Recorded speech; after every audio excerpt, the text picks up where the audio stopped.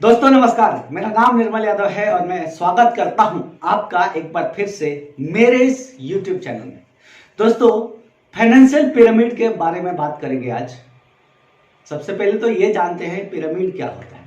Pyramid होता है जिसका बेस बहुत ही मजबूत होता है और वो जैसे जैसे ऊपर जाता जाता है वो पतला होते जाता है। तो इसी तरह से मैं आपके फाइनेंशियल पिरामिड की बात करने वाला हूं कि कैसे आप अपने फाइनेंशियल पिरामिड को सजा सकते हैं, कैसे एक एक पिलर को उस पर रख के और कैसे अपने फाइनेंस की प्लानिंग बेटर वैसे कर सकते हैं। तो चलिए मैं इसके लिए आपको एक स्क्रीन शेयर करता हूं और फिर उसके ऊपर चर्चा करेंगे। पिरामिड का आकार ऐसा होता है जिसमें एक एक चीज हम समझेंगे। इससे पहले कि मैं आपको पिरामिड के बारे में समझाऊं, 5 बेसिक रूल्स आपके साथ शेयर कर रहा हूं, जिसमें पहला रूल है,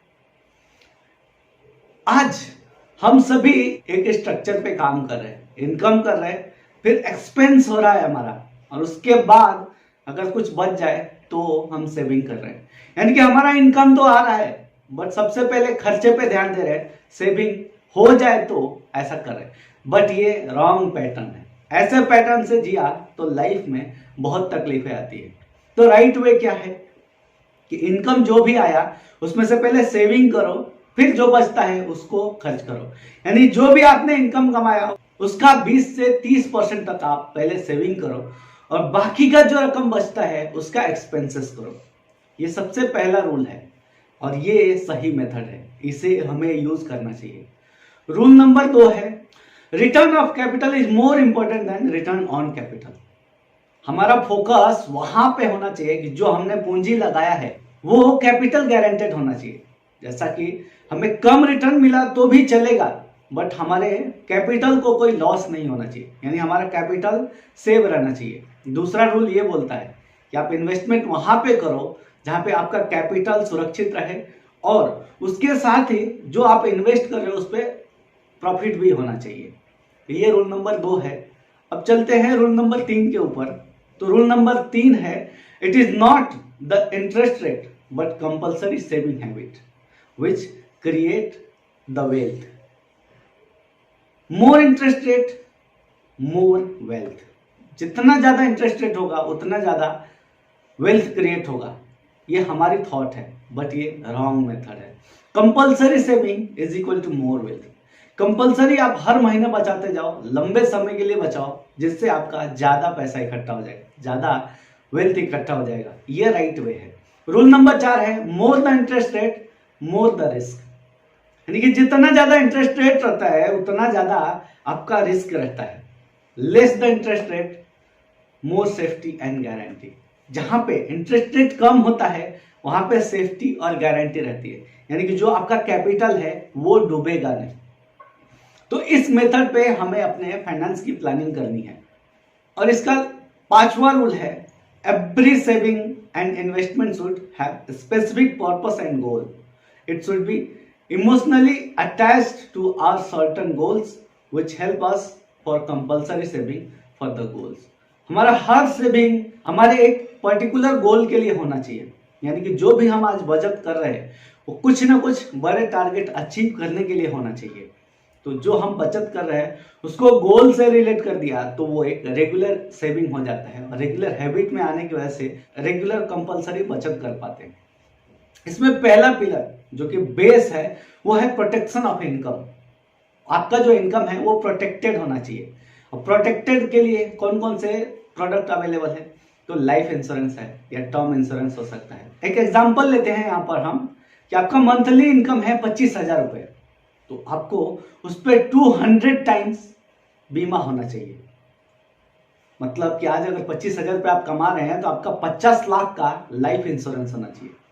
और दूसरा जो इंपॉर्टेंट चीज है वो हम सभी के पास मेडिक्लेम पॉलिसी होनी चाहिए, क्योंकि हॉस्पिटलाइजेशन का एक्सपेंस आज बहुत बढ़ गया है। तीसरा है डिसेबिलिटी इंश्योरेंस होना चाहिए which is personal accident policy of general insurance. जो कि पर्सनल एक्सीडेंट पॉलिसी जो होती है वो जनरल इंश्योरेंस की पॉलिसी होती है, वो भी एक प्रोडक्ट आपके पोर्टफोलियो में होना चाहिए। चौथा है हेल्थ एंड इलनेस इंश्योरेंस।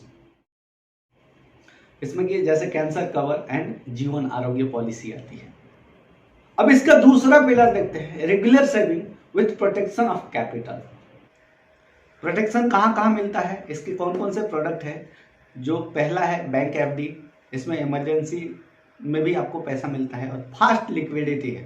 दूसरा है पीपीएफ यानी पब्लिक प्रोविडेंट फंड, इसमें 15 साल के लिए आप इन्वेस्टमेंट कर सकते हैं और आप उसको 5 साल तक का एडिशनल टाइम ले सकते हैं, यानी 5 साल बढ़ा सकते हैं। और तीसरा है post office, short term deposit and monthly saving scheme. Post office में भी आपका कैपिटल गारंटेड रहता है। और चौथा है एंडाउमेंट टाइप ऑफ इंश्योरेंस, जो कि आपके लंबे समय के गोल को पूरा करने में मदद करेगा, जैसे बच्चों के एजुकेशन, बच्चों के मैरिज एंड आपके ओल्ड एज की प्लानिंग आप एंडाउमेंट प्लान के साथ कर सकते हैं। क्योंकि एंडाउमेंट प्लान में आपको वन टाइम एक लमसम अमाउंट मिलता है, जो कि आपके ओल्ड एज में काम आएगा, आपके बच्चों के हायर एजुकेशन में काम आएगा, या फिर आपके बच्चों के मैरिज के लिए प्लान करने में बहुत मदद करेगा। इस फाइनेंशियल पिरामिड का तीसरा जो पिलर है वो है ग्रोथ एंड डाइवर्सिफिकेशन, यानी आपका इन्वेस्टमेंट जब ये दो पिलर आपके मजबूत हो जाए तो तीसरा ग्रोथ फंड में आप निवेश कर सकते हैं। कंपनी बॉन्ड में और डिपॉजिट ले सकते हैं, स्टॉक और शेयर में भी इन्वेस्ट कर सकते हैं। बट शेयर में ध्यान रखना है कि ब्लू चिप वाले शेयर ही लेना है, यानी कि जो रेप्यूटेड कंपनियां हैं उसका ही शेयर लेना है। और म्यूचुअल फंड एसआईपी के थ्रू भी आप इन्वेस्ट कर सकते हो। Exchange trade fund, stock, commodities, bond, ये सारे ऑप्शंस है जो कि तीसरे पिलर पे आते हैं और वहां पर आपको इन्वेस्टमेंट करने की जरूरत है। अगर आपको लाइफ में ग्रोथ चाहिए, फाइनेंशियली ग्रो करना चाहते हैं, फाइनेंशियली स्ट्रांग रहना चाहते हैं, तो ये पिलर को बहुत ध्यान से सेट करना है। और फाइनेंशियल पिरामिड का चौथा पिलर है स्पेक्यूलेशन, इन्वेस्टमेंट इन futures, options, commodity, forex, intraday trading, real estate.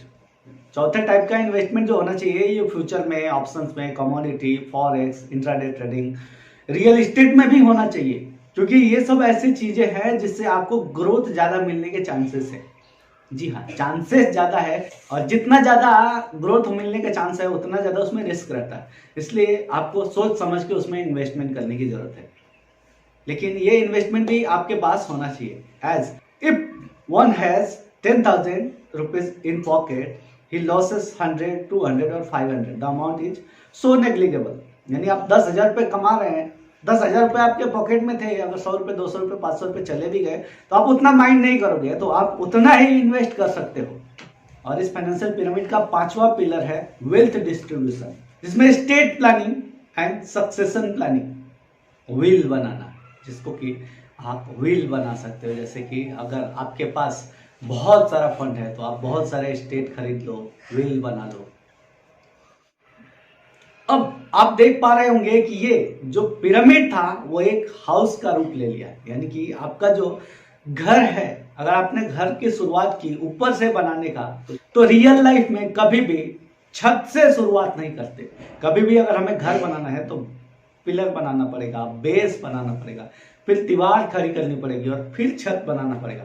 वैसे ही हमारा फाइनेंशियल पिरामिड है, उसको पहले बेस मजबूत करो, यानी प्रोटेक्शन ऑफ इनकम और regular saving with protection capital. ये दोनों पे ज्यादातर करके आपका फोकस होना चाहिए। जब ये दोनों मजबूत हो गए तो फिर आपका ग्रोथ फंड के ऊपर जाना चाहिए, फिर स्पेकुलेशन और वेल्थ क्रिएशन। कभी भी आपका फाइनेंशियल पिरामिड उल्टा नहीं होना चाहिए, यानी कि आप हाई रिस्क वाले प्रोडक्ट में ज्यादातर करके इन्वेस्टमेंट नहीं कर सकते, क्योंकि अगर आपने हाई रिस्क वाले प्रोडक्ट में ज्यादा इन्वेस्टमेंट कर दिया और वो डूब गया, क्योंकि वहां पे डूबने का चांस रहता है, वो डूब गया तो आपका घर जो है, आपका छत गिर जाएगा। तो इसको जरूर ध्यान देना है। दोस्तों यहाँ पे मैं शेयरिंग स्टॉप करता हूं और फिर थोड़ी देर बात करेंगे। तो जी हाँ दोस्तों, अब मैं बात कर रहा था कि कभी भी आपका इन्वेस्टमेंट जो है वो उल्टे डायरेक्शन से नहीं होना चाहिए। आज हम युवा पीढ़ी में जो हैं वो सभी लोग सबसे पहले अपना investment share market, intraday, options में डाल रहे हैं। ये बहुत ही रॉन्ग प्रैक्टिस है। अगर इस प्रैक्टिस को अगर कंटिन्यू किए और जिस दिन ग्रोथ मिलता रहा बेटर है, बट आपका जिस दिन डीग्रो में आ गए और बेस हिल गया तो आपका इमारत गिरने का चांस रहेगा। तो आप कभी भी अपने फाइनेंशियल प्लानिंग करने जा रहे हो तो इस फाइनेंशियल पिरामिड को जरूर ध्यान दो। और ये पिरामिड यहाँ से करके ऐसा नहीं होना चाहिए। ये पिरामिड पहले आपका बेस मजबूत करो, फिर ग्रोथ करो, फिर जाके धीरे धीरे आप ऐसा लेके आओ। क्योंकि आपको पता है कि शेयर मार्केट या ऑप्शन ट्रेडिंग में हाई रिटर्न का चांसेस है।